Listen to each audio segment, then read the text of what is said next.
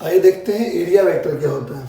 वैसे नॉर्मली तो जब तक हम लोग क्लास 10th 11th तक जब भी पढ़ते हैं, 10th तक बेसिकली जब भी पढ़ते हैं, तो हमने कभी भी ऐसा नहीं देखा कि एरिया में डायरेक्शन हो, ठीक है।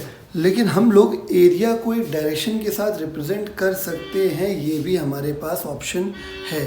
और जैसा कि साइंस में हम जानते हैं, स्पेशली फिज़िक्स में हम जानते हैं कि अगर किसी भी क्वांटिटी को अगर हम डायरेक्शन के साथ रिप्रेजेंट करें तो वो क्वांटिटी वेक्टर हो जाती है। यानी कि एरिया वेक्टर भी एक वेक्टर बन सकता है, यानी एक वेक्टर बन सकता है मतलब उसमें एक मैग्नीट्यूड होगा, उसमें एक डायरेक्शन होगा, ठीक है। तो मैग्नीट्यूड कैसे निकाला जाता है वो तो आप बचपन से जानते हैं कि जैसी ज्योमेट्री होगी वैसा एरिया का फॉर्मूला लगा देंगे, वैसे हमारा एरिया का वैल्यू आ जाएगा, मैग्नीट्यूड आ जाएगा, है ना। जैसे स्क्वायर है तो साइड का स्क्वायर हो गया, रेक्टेंगल है तो लेंथ इंटू ब्रेड्थ हो गया, इस तरीके से, है ना। स्फीयर है तो 4πr² हो गया। तो वो इशू नहीं है मैग्नीट्यूड, इशू है इस समय कि डायरेक्शन कैसे निकाला जाए। तो डायरेक्शन के लिए मैं आपको बता दूं कि सपोज ये एक एरिया है, तो डायरेक्शन जो होती है एरिया वेक्टर की वो हमेशा परपेंडिकुलर टू द सरफेस या नॉर्मल टू द सरफेस रखा जाता है। नॉर्मल के बारे में आपको बता चुका हूँ इलेक्ट्रिक फील्ड लाइंस में। नॉर्मल का मतलब होता है वो लाइन जो ज्योमेट्रिकल सेंटर से लाइन पास होती है, उसे नॉर्मल कहते हैं, ठीक है। परपेंडिकुलर तो आप जानते हैं कि किसी भी सरफेस के ऊपर कोई लाइन ड्रॉ कर दी जाए, उसके बीच का एंगल 90 डिग्री बन जाए, मतलब उस सरफेस साथ लाइन 90 डिग्री बना दे तो परपेंडिकुलर कहलाती है। तो सपोज ये एक सरफेस है, तो नॉर्मल या परपेंडिकुलर दो प्रॉब्लम हो सकती हैं, ठीक है, दो सिचुएशन आ सकती हैं, या तो ऐसे या तो ऐसे, ठीक। अब सवाल उठता है कि एक ही वेक्टर की दो डायरेक्शन एक ही जगह पे नहीं होती है। मैंने इलेक्ट्रिक फील्ड लाइन से मैंने ये भी बताया था, यानी या तो मैं डायरेक्शन ये वाली लूँगा या तो डायरेक्शन ये वाली लूँगा। अब देख पा रहे हैं, या तो डायरेक्शन में ये वाली लूँगा या तो डायरेक्शन में ये वाली लूँगा।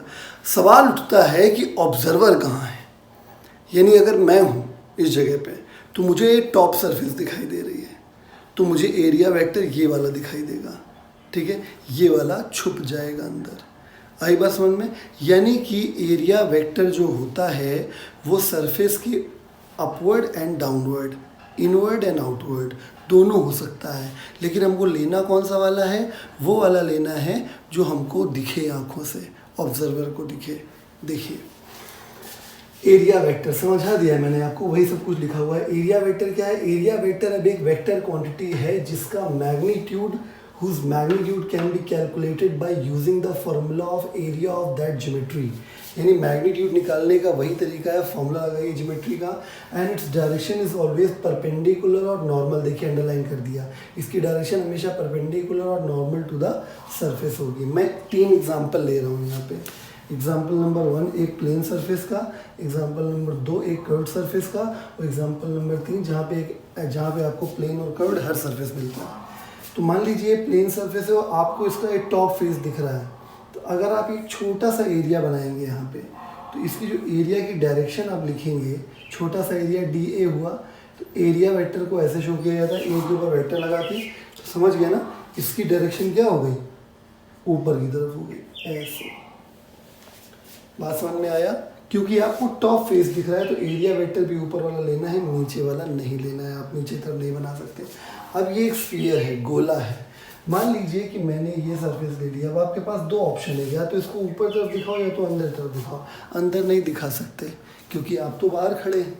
आपको अगर ये पूरा गोला दिख रहा है, आपको पूरा स्फीयर दिख रहा है, इसका मतलब आप बाहर हैं, यानी आपको एरिया वेक्टर अंदर की तरफ वाला नहीं दिखाई देगा, आपको एरिया वेक्टर बाहर की तरफ वाला दिखाई देगा। Are getting the point. और ये वाला जो एरिया वेक्टर होगा ये इसकी सेंटर ऑफ ज्योमेट्री से क्रॉस होते हुए जाएगा, तभी हम इसको नॉर्मल कहेंगे। बात समझ में आ रही है। अब इसमें आ जाइए, इसमें देखिए 2 प्लेन सरफेस हैं, एक प्लेन सरफेस ये है, ठीक है, तो क्योंकि आपको टॉप दिख रहा है इसका एरिया वेक्टर ऐसे बना दिया जाएगा, ठीक है। ये बॉटम आपको दिख रहा है नीचे की तरफ, इसका एरिया वेक्टर ऐसे आ जाएगा। क्यों?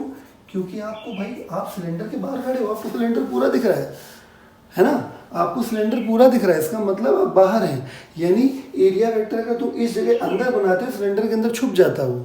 एरिया वेक्टर तुम यहाँ वाला ऊपर बनाते हो तो अंदर छुप जाता वो, है ना। अब जैसे मान लीजिए ये सरफेस, अब ये सरफेस एक कर्व्ड सरफेस है ना, कर्व्ड सरफेस है, इसका जो एरिया वेक्टर आएगा वो ऐसे आएगा।